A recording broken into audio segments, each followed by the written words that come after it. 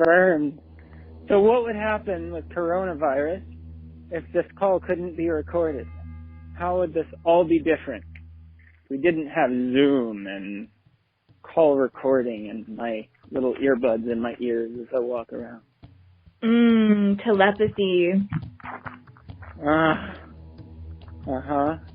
Do you practice telepathy? Absolutely. How does it come through for you? Like a stack of bricks on my chest, and then I start to hear like a frequency, and then it's visual.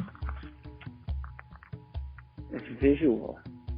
So what sorts of visual signals do you get? It depends on what I'm talking to. Or what I'm talking to.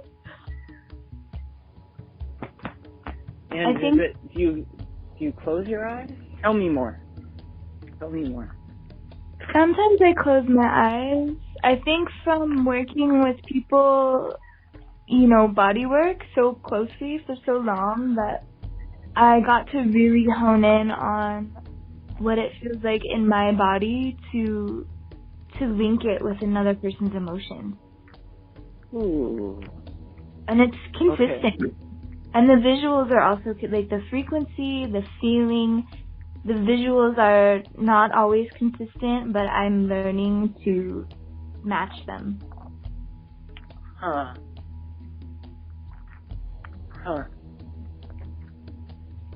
But often it's like personal, like I'll get like visual storytelling if it's like really a long, deep relationship.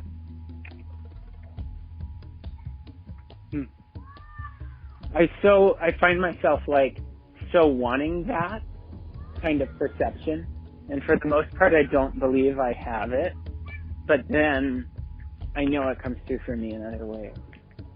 Like I know I am tuned in on certain levels. I can feel it dancing, right? I can feel the room and know where to put my body. Well, the thing about you is that you're so verbal. You can verbally assimilate that in the moment. I'm not verbal. Like, that's really hard for me, actually. Mentally articulating the mental plane is really difficult. Like, that's why I draw pictures. Like, and then, like... Yeah. Got it. That makes sense to me now. I've heard you say that before. I've heard you say that the verbal doesn't come together for you. But I think understanding it from the point of view of telepathy, I'm like, I get it.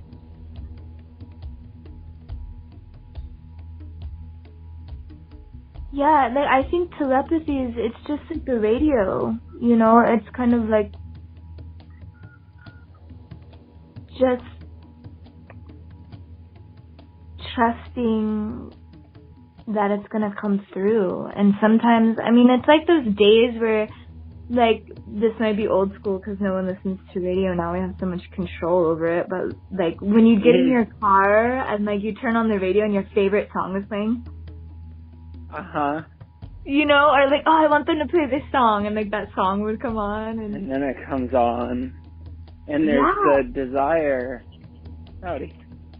There's the desire piece too of like, what is our favorite and what is the thing that we think we want to hear? Like, that's tuned into that flow. Yes, and it's moment to moment changing. Here's this just came up for me recently. I did a FOA on this. I've been carrying this idea that I want to be the consciousness that I want to see in the world. And I've been so focused on this. Like, I want to be the consciousness that I wish to see in the world. And then I'm like, oh shit, I don't really know what I want to see in the world. And like, it's been a little bit hard for me to like make sense of this, that to me it felt like being in service. And then I got it the other day that one of the things I'm learning is to not appropriate the mystery. Like, don't try to own the mystery of things. Just be with it. Notice it. Don't try to own it. Don't appropriate it for my own ego. And that's totally what this desire is. To be the change I want to see in the world is like, I want to be a good person. Well, that's not necessarily up to me. And what you said speaks to it really strongly, of like, to hear the song that you want to hear on the radio, like, the radio is probably going to play what it's going to play, but my desire to hear a certain song, or the rightness of that, the way the timing comes together, has as much to do with desire and self-identity as anything, right? It's like, I am the one who likes this song. I am the one who sees that connection. Well, that comes through. It's not really a choice. It feels like a choice. It takes showing up to make it happen. We choose to show up to that. But there's a big level in which, like, that's what's given. And so in my desire to, like, be the change that I want to see, it's like, well, I could choose to be consciousness. To be the consciousness I want to see in the world is actually egotistical and appropriating the mystery. Because who the fuck am I to say what the world should be? That's way too big for me to, like, I could have my preferences, but if I'm actually going to show up in service to something, the thing that's in service is not my decision of what I want to see. Like, I can dream into. Yeah, there's such a large part of me that wants to argue with that, though. Tell me more. Because I feel like,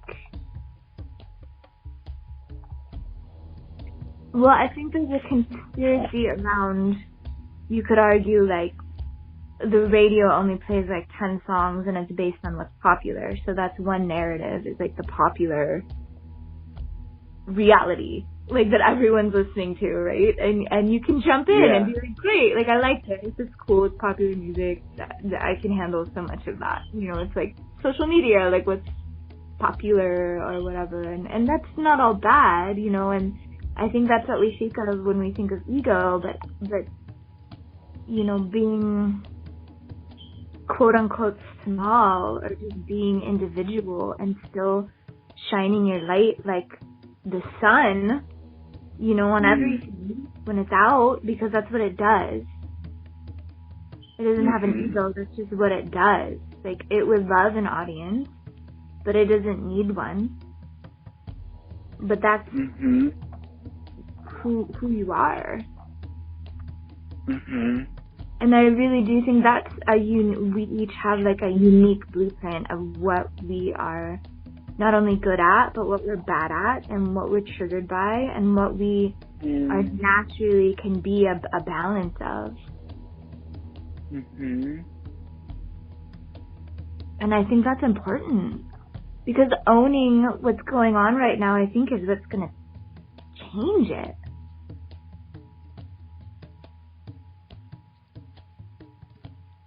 Yeah, I see the polarity of it.